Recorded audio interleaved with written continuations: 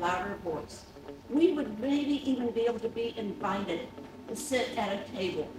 We might even be able to get a little piece of the pie. Well, that was almost 50 years ago. Today, there are over 700,000 Hispanic businesses in the state of Texas. 700,000. In Texas, you know that most things are bigger, right, including our population, and we are also adding more people relative to other states and much faster. You can see that. As we heard before the elections, one of the first actions we can do is mass deportation. I think mass deportation is a huge mistake. I think if we think prices are high now, if we don't like the price of inflation, if we think the groceries are too high now, incorporate mass deportation and watch those prices go even higher. We're dependent on migrant workers. As Frank Fuentes said earlier, 40% of the construction industry is made up of migrants. When I talk in business circles with people, they're like, these mass deportations aren't going to happen. It doesn't mean that deportations will not happen. There's going to be tremendous saber rattling, but what we rely on, if I can be optimistic, is that there's a recognition that this is what undergirds our economy. Immigrants undergird our economy. Because we're out there, we're advocating for what they have access to, and I think if we continue to do that, our call to action is to educate, to educate, to educate. Our young, by the way, can teach us a lot. That's obvious.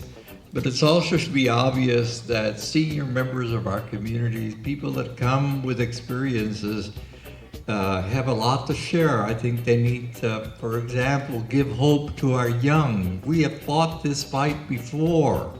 It's not new. The idea that we should all live together and we shouldn't discriminate against each other, that we shouldn't attack each other based on the color of our skin or where we're from, those are new concepts, right?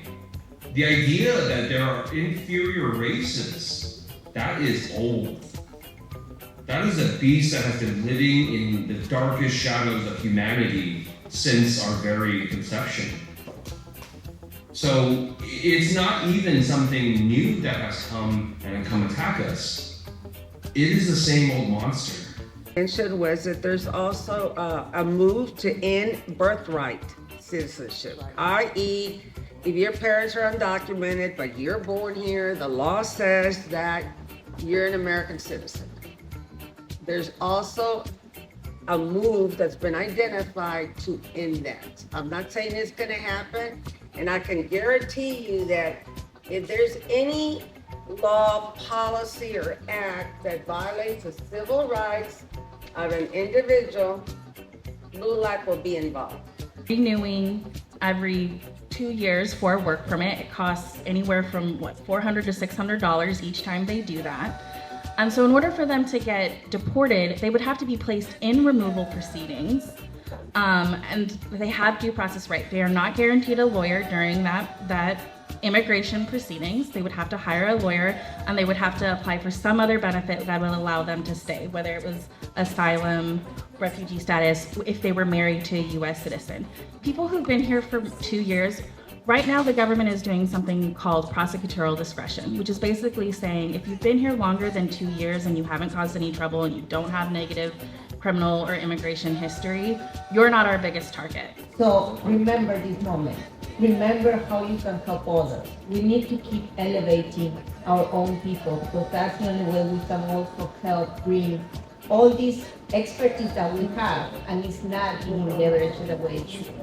Tennessee, 20 billion, Ohio, 20 billion, Arizona, 20, Georgia, 19, North Carolina, 16, and Florida, 15. These are the leading states of America getting economic partnership, solid association with the Mexican economy. An institution that's been around for 125 years, and as all the speakers were covering all the different topics, I guarantee you that every single one of our members was touched by those topics. So thank y'all for being here. It has been a wealth of learning. Thank you for all the speakers.